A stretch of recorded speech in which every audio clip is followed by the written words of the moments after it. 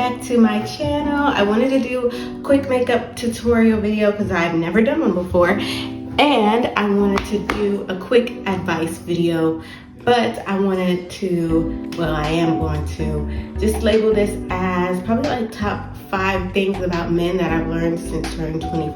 I'll be 25 in 2 months from whenever this video was posted, and I feel like the stuff I'm going to tell you is more so you do what you please with that information instead of step by step how to get a man, you know what I mean? A lot of this stuff is coming from things I've read, other women I've listened to, some stuff that's like just biblical, some biological things I've learned. Like, I'm gonna try to break things down and give it to you in a way you can digest it. We're also gonna get into some makeup because I'm going out and I just need to do a little simple beat really quick. Without further ado, let's get into the video.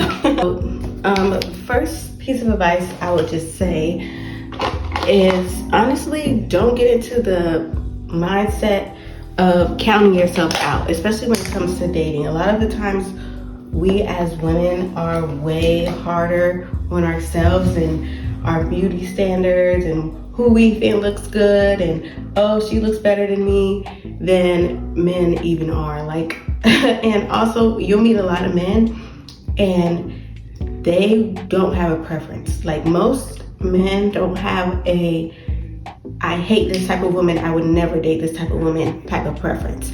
If you are any type of cute, any type of smart, any type of funny, like you have a great personality, but you know, you keep yourself together, like you always come out the house smelling good, looking good, etc. Like, you are just naturally attractive. Like, you have that personality that you attract things in your career, you attract things with other people. Like, men are just going to be attracted to you regardless of what you physically look like or what the other girls they've dated in the past look like. And that's why it's not good to get on the whole thing where, you know, you stalk who your ex is dating now and she looks nothing like you or she looks exactly like you. Because either way, these men, they don't have preferences, okay? They really don't. It's not anything to take personal. Like what I like to call the sushi theory. So sushi theory is basically a theory where, you know, women, even though men like to say we go out to eat, we don't know what we want to eat. 9 times out of 10, we know what we want to eat. Like, we're the ones that have cravings during times of the month, and like, we know exactly what we want. I've never been attracted to bigger guys, you know, just taller, thicker, like big linebacker type guys, and they've been attracted to me. Sushi theory is basically like this. So today they might not want sushi. You introduce it to them, they're like, I hate sushi, raw fish, blah, blah, blah. And then tomorrow, you know, they want to try it, or like they might want to order, you know, they want to order like a basic little roll. They want to eat what you're eating, like, you know, like, they're very impressionable. And if it looks good, like, people are talking about it, like, everybody wants to try it. Like, that's what this whole even matcha phase has been. Like, and men are the same way when it comes to women. Like, we can even look at the it girls of today and then the it girls of the past, and we can see differences, but what they all have in common, right, is just that, you know, ability to be attractive, like magnets, kind of like magnets. But I can go more into detail about my sushi theory because it also plays into getting men to do what you want. And kind of, I'll give a sneak peek about it, but basically a little bit about that is like, you don't just introduce something to somebody. Like, if somebody says they don't like sushi, you don't just put a full plate of sushi in front of them and tell them eat. Like, no, like, men are the same way. He might not want to do certain things when it comes to dating, but you don't just offer it to him in front of his face. Like, put all your cards on the table and then be like, here, eat. Like, no, like, you have to introduce him to little things throughout your relationship and throughout the time you're talking to him and get him acclimated to that. And just like sushi, he'll grow to love it. It'll be a trend. He'll want to show it off, put it on his Instagram story.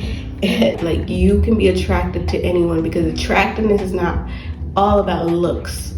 It's partly about looks, but it's not all about looks. And it's not even about physical attributes. Like someone with a gap could be more attractive than someone without a gap. Someone with short hair could be more attractive than somebody with long hair, natural hair. Like it's really not about a certain physical attribute that makes people attractive or not. And that really plays into women's insecurities, and I need us to stop thinking that way. Another thing I've come across, like, is the whole men aren't the prize, women are the prize. Nobody's the prize. Let's get that very clear. Like, we're not really winning anything when we're getting into relationships. If you feel like you're winning something by getting into a relationship, you're already viewing relationships the wrong way, because your man shouldn't feel like he won something when he got with you. Really, he should already have everything like that would be considered a prize, like before he gets with you. Coming to you should not be like a prize. That's how you get into these hobo situations with these guys who just live with girls because they think they found a prize. Like, yeah, you do not want to be his prize. If you feel like you are your man's prize and he just looked up and found the best thing when he got you, like in the sense that he didn't already have those things before he got to you, that's a problem. And the same thing goes with women. Like, your man shouldn't feel like you can boss your up to a certain extent, and like you can upgrade your man, like Beyonce said, to a certain extent. Most of the time, your man already needs to come with things that would be considered a prize. So in a way, they are kind of a prize, just in the same way we are a prize. Like, we both should come into this like we're both getting something equally out of the relationship. And also, it's a relationship. That's why I hate the whole prize talk, because it's like, what are we winning? Connection with another person? That's what we want, right? So yeah, so the whole men are the prize thing. Also, men do have a prime. Like, the men are noticing now, because women talk about men so much now more than ever. I feel like that there are certain attributes that make men more attractive to women than other men. And one of those attributes is not having kids, having a good job, having their own place. And it's been like that since the beginning of time. But I think we've even started this whole dapping up men 10s at party stuff. Like, if we want to talk about why men have big heads, well, some of us is part of the problem. Like, what?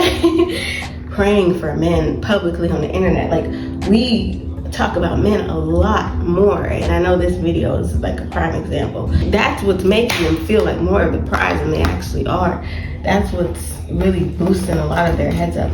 We gotta reel it back just a little bit. Like, I've seen so many TikTok videos, just the comments and just people fawning over regular men, not even celebrity men, like not even men who sing or dance or have talents, etc. Like, just regular men. And then it's just like, why are we doing this? Why are we doing this? We out here writing descriptions about what we want, the type of man we want. That's why dark-skinned, 6 foot, locks, whatever type of man has just become the beauty standard for men, I guess. But we need to stop hyping their heads up too. Like, it's just getting out of hand. Another thing I learned about men is the whole "if he wanted to, he would" statement. You gotta know who you're talking to and what type of man you're dealing with before you really dive deep into that specific statement, because a lot of men need to be directed. That's why they join the military. They like following orders.